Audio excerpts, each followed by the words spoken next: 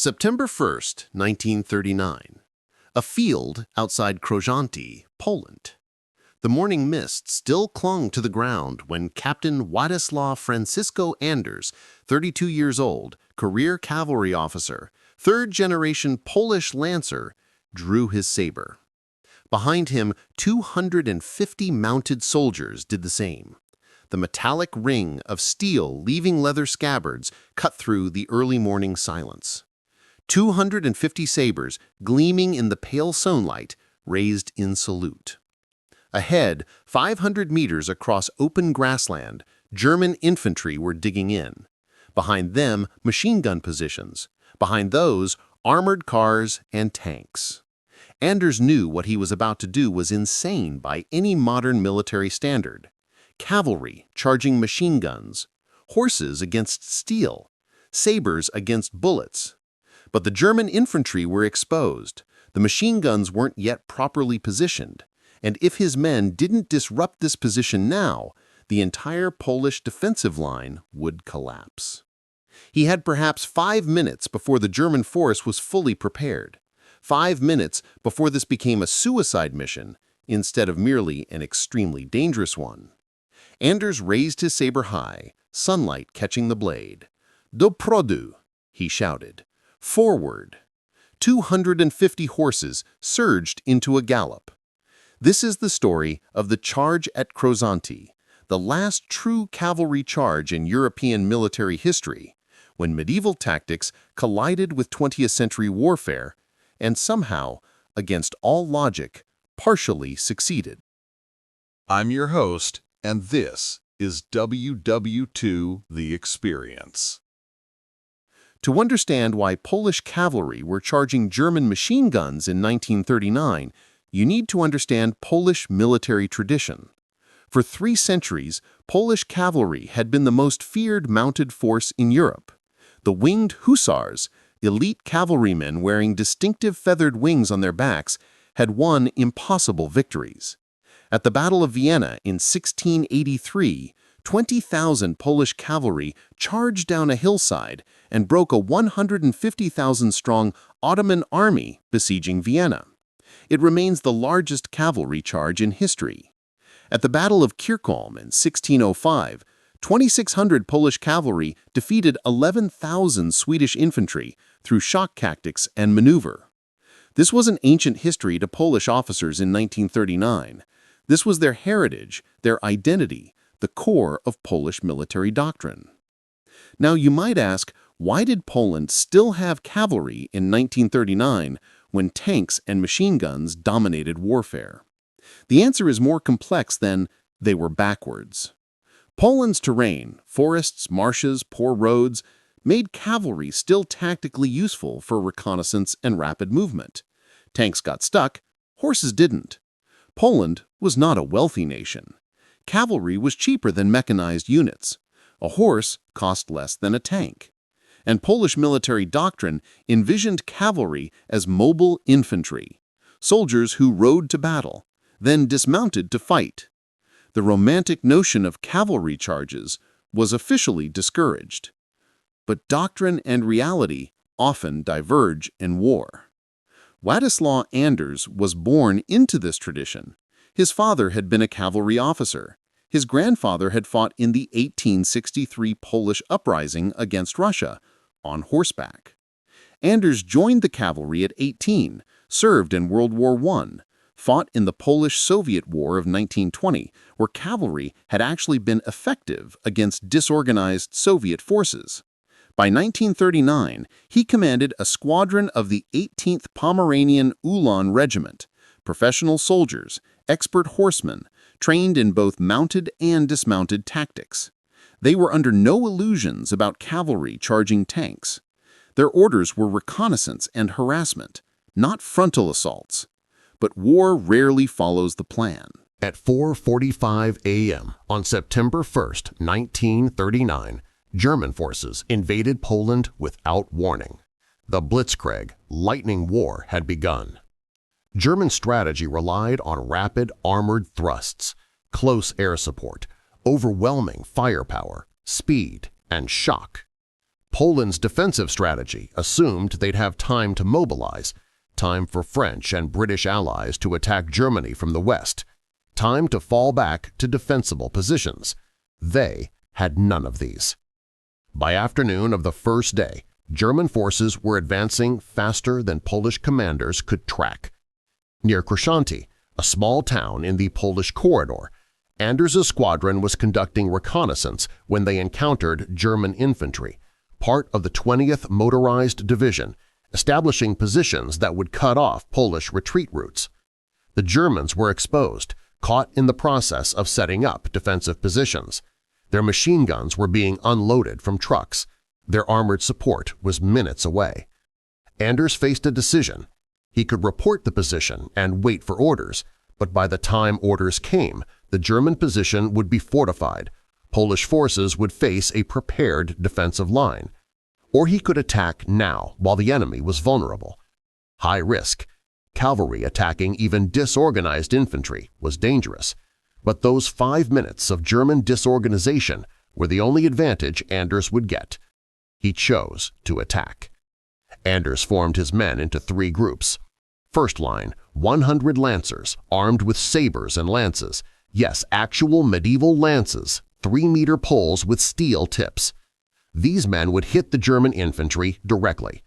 Second line, 100 troopers with rifles and hand grenades following 50 meters behind, ready to exploit any breakthrough or provide covering fire.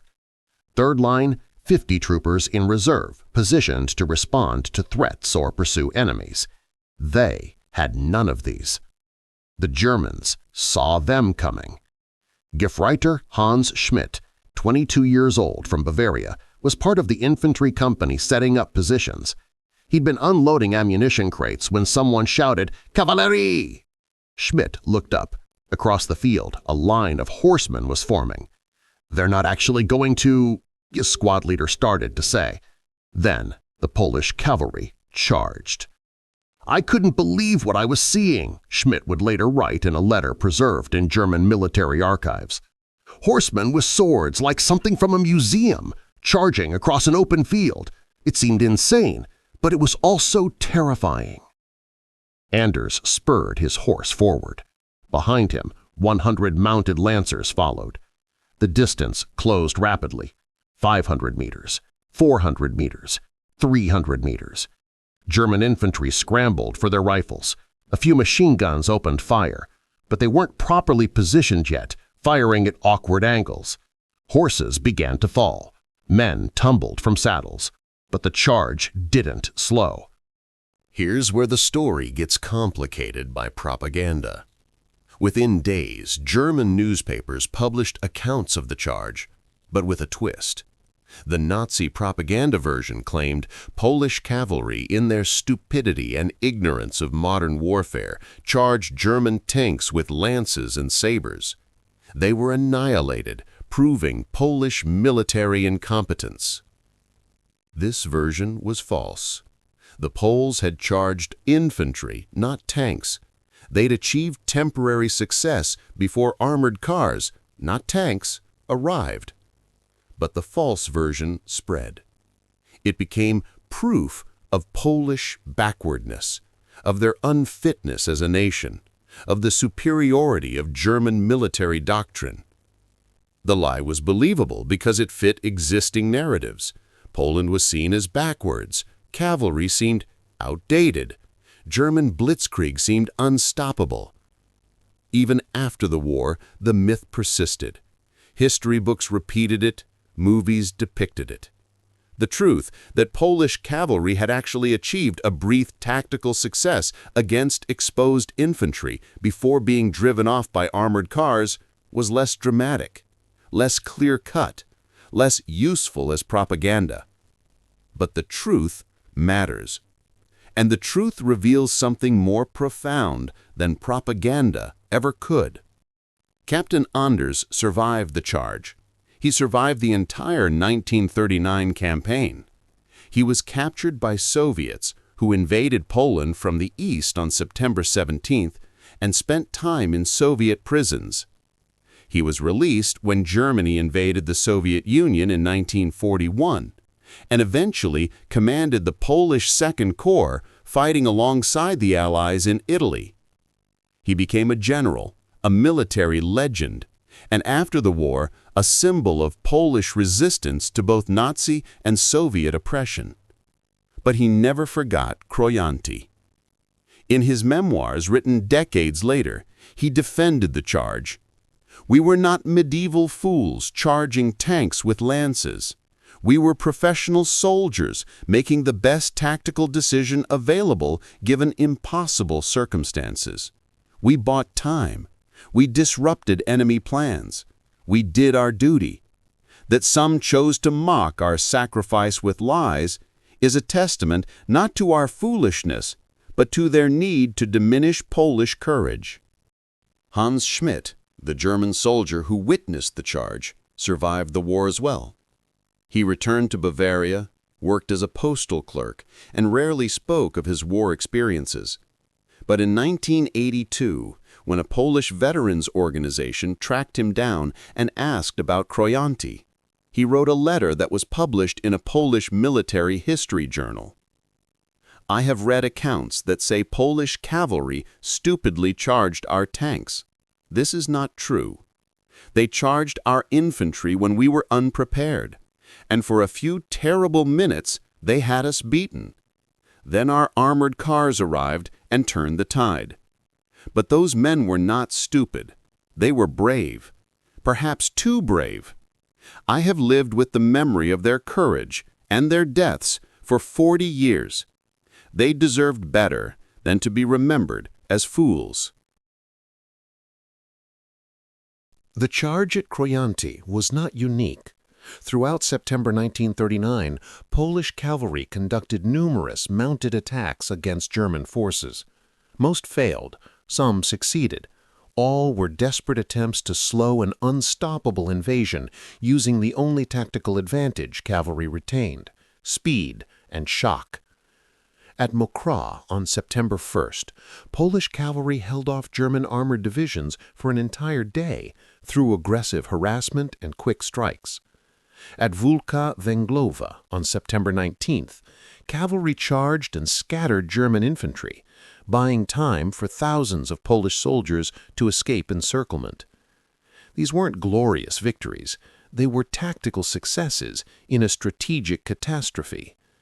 But they mattered to the men who survived because of them. The question isn't whether cavalry charges made strategic sense in 1939. They didn't. The age of mounted warfare had ended. But the question is, what do you do when you're a professional soldier, trained in certain methods, equipped with certain weapons, facing an enemy that outmatches you in every material way? Do you surrender without fighting because the odds are impossible? Do you wait for orders that may never come? Or do you use what you have, horses, sabers, courage, and do your duty even when logic says it's futile? Anders and his men chose the third option, not because they were naive about modern warfare, but because sometimes the choice isn't between good options and bad options. Sometimes it's between bad options and worse options, and doing nothing, allowing German infantry to establish positions unopposed, was the worse option. The charge at Krojanty bought approximately 4 hours. In those 4 hours, Polish units retreated to secondary defensive lines. Some of those units fought for days longer. Some of those soldiers survived the war. Some of them fought with the Polish resistance. Some of them joined Allied forces in exile and continued fighting. 4 hours doesn't sound like much, but war is measured in minutes and meters, in small tactical victories that add up to strategic outcomes. Anders's charge didn't change the outcome of the invasion, but it changed outcomes for specific units, specific soldiers, specific families who would otherwise have been captured or killed that day. That has to count for something. Jerzy Hoffman, the lance corporal who was killed by the autocannon, was 24 years old. He'd been a law student before the war. His parents received a letter from Anders months later, smuggled out of Soviet captivity, explaining how his son had died. He charged with courage. He fought with honor. He died a soldier. No man could ask for more. Private Stefan Kowalski was 19 when he participated in the charge. His horse was shot from under him, but he survived with minor injuries. He spent the next 6 years fighting, first with the Polish resistance, then with the Polish forces in Italy. He survived the war, emigrated to the United States in 1947, worked as a mechanic in Chicago, and lived to be 89 years old. In 1994, he was interviewed by a Polish-American historical society. When asked about Krojanty, he said, "People ask if we knew it was suicide. Of course we knew. We weren't children. But what choice did we have? Stand and watch Germans kill our brothers? Run away and live as cowards? No, we charged. Some of us died. Some of us lived. But we all did our duty. That's all a soldier can do." The last documented cavalry charge in European warfare occurred in 1945 in Yugoslavia, when partisan cavalry attacked retreating German forces. But Krojanty remains the most famous, partly because of the propaganda myth, partly because it perfectly encapsulates the collision of eras, the moment when medieval tactics met industrial warfare and demonstrated that courage, while admirable, cannot overcome firepower indefinitely. Today, there's a monument at Krojanty, a simple stone memorial with the names of the 60 Polish cavalrymen who died in the charge. Every year on September 1st, people gather there, fewer each year as survivors age and die, but still they gather, they lay flowers, they remember. The monument doesn't depict heroic cavalry charging triumphantly. It shows a fallen horse and a saber half buried in the ground. The inscription reads simply, "They did their duty." In military academies today, Krojanty is taught as a case study in asymmetric warfare. What happens when forces using outdated tactics face modern weapons? The lesson is clear. Don't do this. Don't charge machine guns with sabers. Don't rely on shock tactics when the enemy has overwhelming firepower. Adapt or die. But there's another lesson that's harder to quantify, harder to put in a tactical manual. It's about what soldiers do when all the good options are gone, about duty and sacrifice, and the decisions men make when history is collapsing around them, about courage that persists even when logic says to give up. Captain Anders, later General Anders, commanded Polish forces through the rest of the war. He led the assault on Monte Cassino in Italy, one of the bloodiest battles of World War II. He accepted the surrender of German forces in Italy in 1945. He was decorated by Britain, France, and the United States for his service.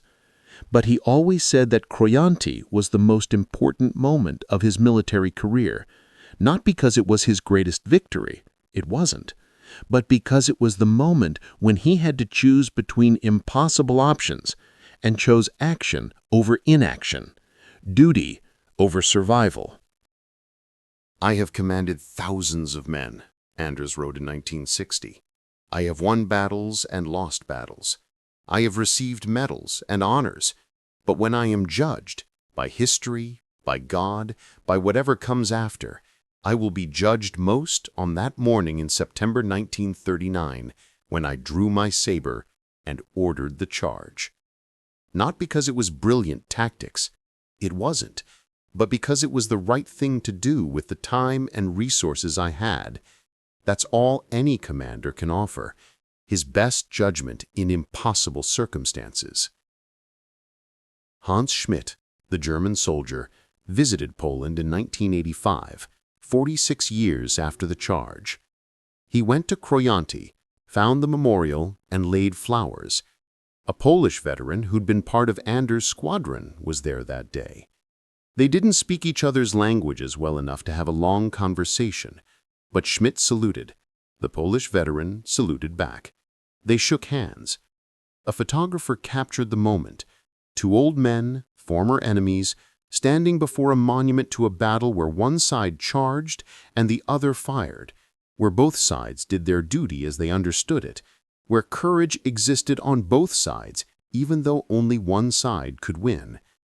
That photograph hangs in the Polish Military Museum in Warsaw. Beneath it, a placard reads, "War makes enemies. Time makes it possible to see the humanity in those enemies. Memory makes it possible to honor courage even in defeat." The age of cavalry ended not with a whimper, but with a charge, not with obsolete men refusing to accept modern reality, but with professional soldiers using every tool available to accomplish their mission. The tools were obsolete, the men were not. When we remember Krojanty, we shouldn't remember foolish Poles charging tanks, because that never happened. We should remember brave men making the best of a terrible situation, achieving a small tactical success, paying a heavy price, and buying time for their comrades. We should remember that courage doesn't require success to be courage, that duty doesn't require victory to be duty, that sometimes the right decision leads to heavy casualties, and that doesn't make it the wrong decision. September 1st, 1939, Captain Anders drew his saber and charged into history. 60 men died, the invasion continued. Poland fell. But for 4 hours, because of 250 cavalrymen with obsolete weapons and extraordinary courage, Polish forces in that sector had time to retreat, regroup, and fight again. 4 hours doesn't change the war, but it changes the story of every soldier who survived those 4 hours. And in the end, war is made of millions of small stories, small decisions, small sacrifices that add up to history.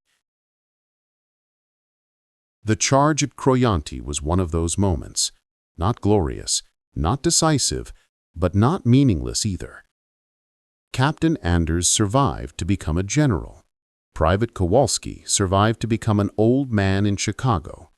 Jerzy Hoffman died at 24, his law career ending in a Polish field with an autocannon shell. All of them did their duty. All of them deserve to be remembered accurately, not as propaganda myths, but as men who faced impossible odds and charged anyway, because that's what soldiers do. The last knight drew his saber one final time in 1939. He charged machine guns because the mission required it. He survived to tell the truth against the lies. And decades later, an old general who'd commanded armies still said the most important decision of his life was the one he made in 5 seconds on a September morning when the world was ending and courage was all he had left to offer. That's not a story of foolishness. That's a story of humanity at its most complex, flawed, brave, tragic, and ultimately profoundly human. If this story moved you, hit that subscribe button. We tell the forgotten stories of courage and sacrifice every week here at Battlefield Chronicles. Stories that don't fit the propaganda narratives. Stories that show war in all its complexity, the heroism and the horror, the courage and the cost. Thanks for watching. Remember, history is written by the victors, but the truth belongs to those who were there. And the truth is always more complicated and more human than any propaganda could ever be.